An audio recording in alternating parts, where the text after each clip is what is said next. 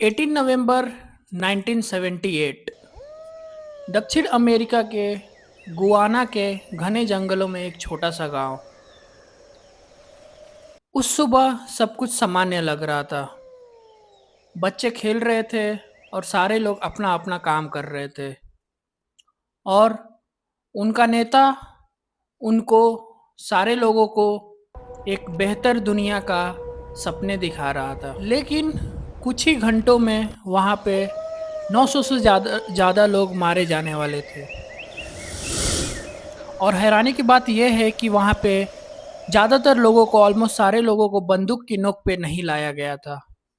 वो लोग वहाँ अपने खुद के मर्जी से आए थे। 900 लोगों में बच्चे शामिल थे, बुजुर्ग शामिल थे, सारे जवान शामिल थे, का पूरा परिवार शामिल था। वो सब वहाँ पे एक आदमी के भरोसे पे आए थे, उस पे भरोसा करके आए थे।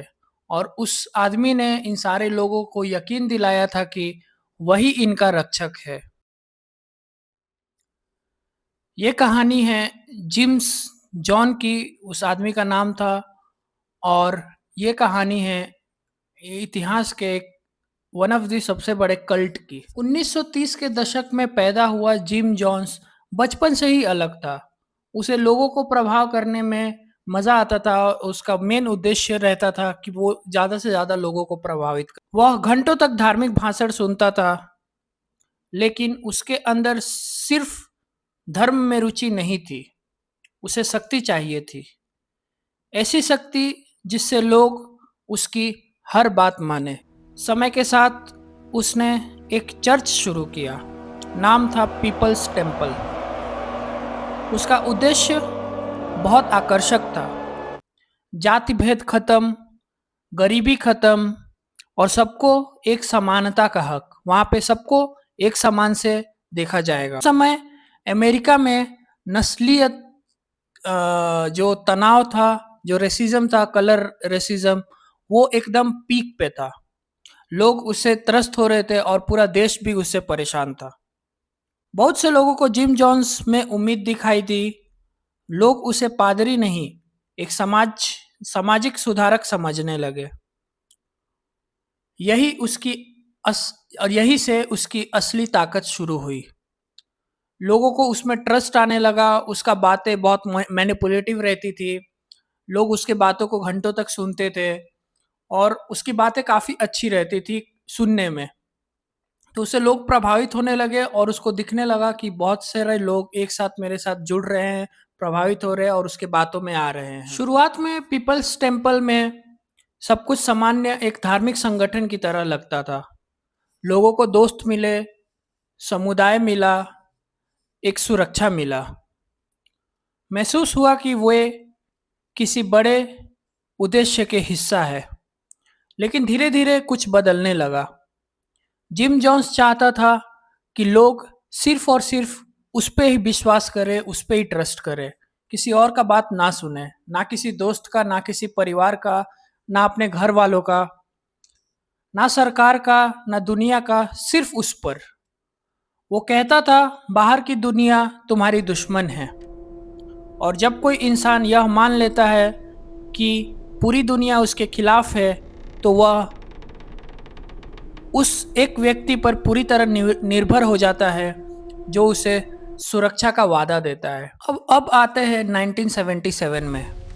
जिम जॉन्स ने अपने अनुयायियों को एक नई जगह का सपना दिखाया। एक ऐसा जगह जहां कोई भेदभाव नहीं होगा, कोई गरीबी नहीं होगी, कोई नफरत नहीं होगा। गुआना के जंगलों में एक बस्ती बनाई गई। नाम रखा गया जोन्स टाउन।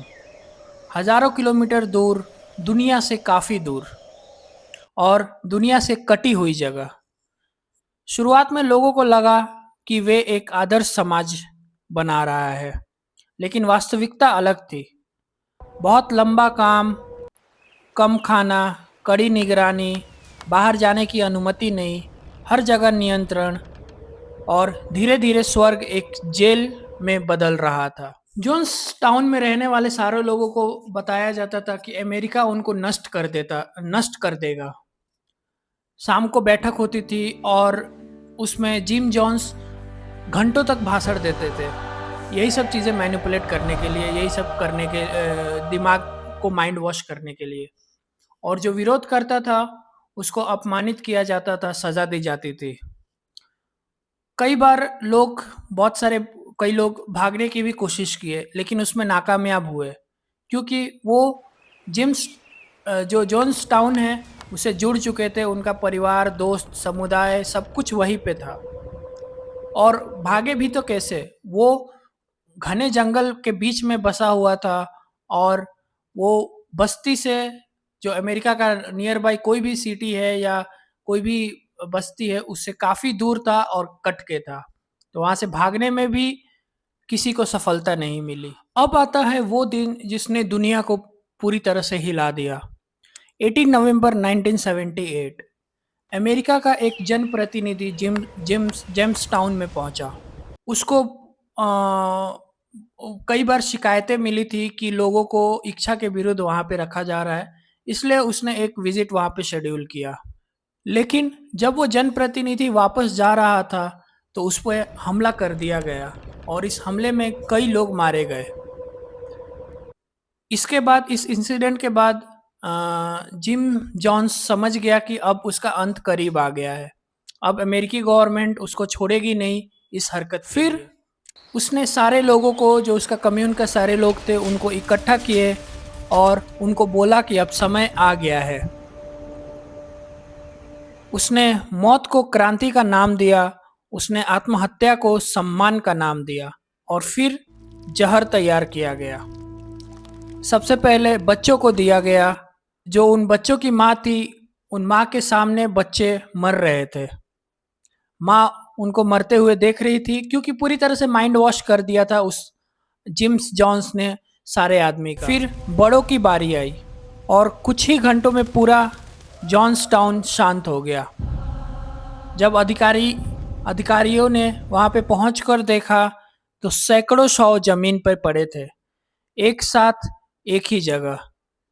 इतिहास का यह सबसे भयावह घटना थी और भयावह दृश्य था। एक ही जगह पे करीब 900 से ज़्यादा लोग शव के रूप में वहाँ पे पड़े हुए थे।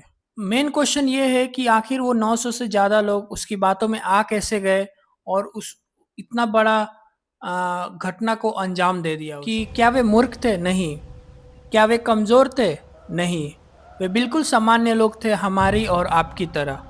लेकिन इंसान की एक कमज़ोरी है, उसे एक समुदाय चाहिए, एक समुदाय का हिस्सा चाहिए, उसे एक सुरक्षा चाहिए, और उसे एक उद्देश्य चाहिए। जब कोई व्यक्ति ये सब देने का दावा करता है, तो लोग सवाल पूछना बंद कर देते हैं, और यही से खतरा शुरू होना स्टार्ट होता है। जॉन्सटाउन सिर्फ एक कल्ट की कहानी नहीं थी, या सिर्फ एक अंधविश्वास का कहानी नहीं था। यह एक इंसानी मन का कहानी है, क्योंकि इतिहास हमें बार बार सिखाता है कि जब हम किसी व्यक्ति को सच से ज़्यादा, सच से ऊपर ला देते हैं, तो उसका परिणाम हमेशा खतरनाक होता है। जॉन्सटाउन 1978 में ख़त्म हो गया, लेकिन इंसानों को बिना क्वेश्चन किए, बिना सवाल किए, किसी व्यक्ति को अनुसरण करने का आदत आज भी जिंदा है, और यही इस कहानी का सबसे डरावना हिस्सा है।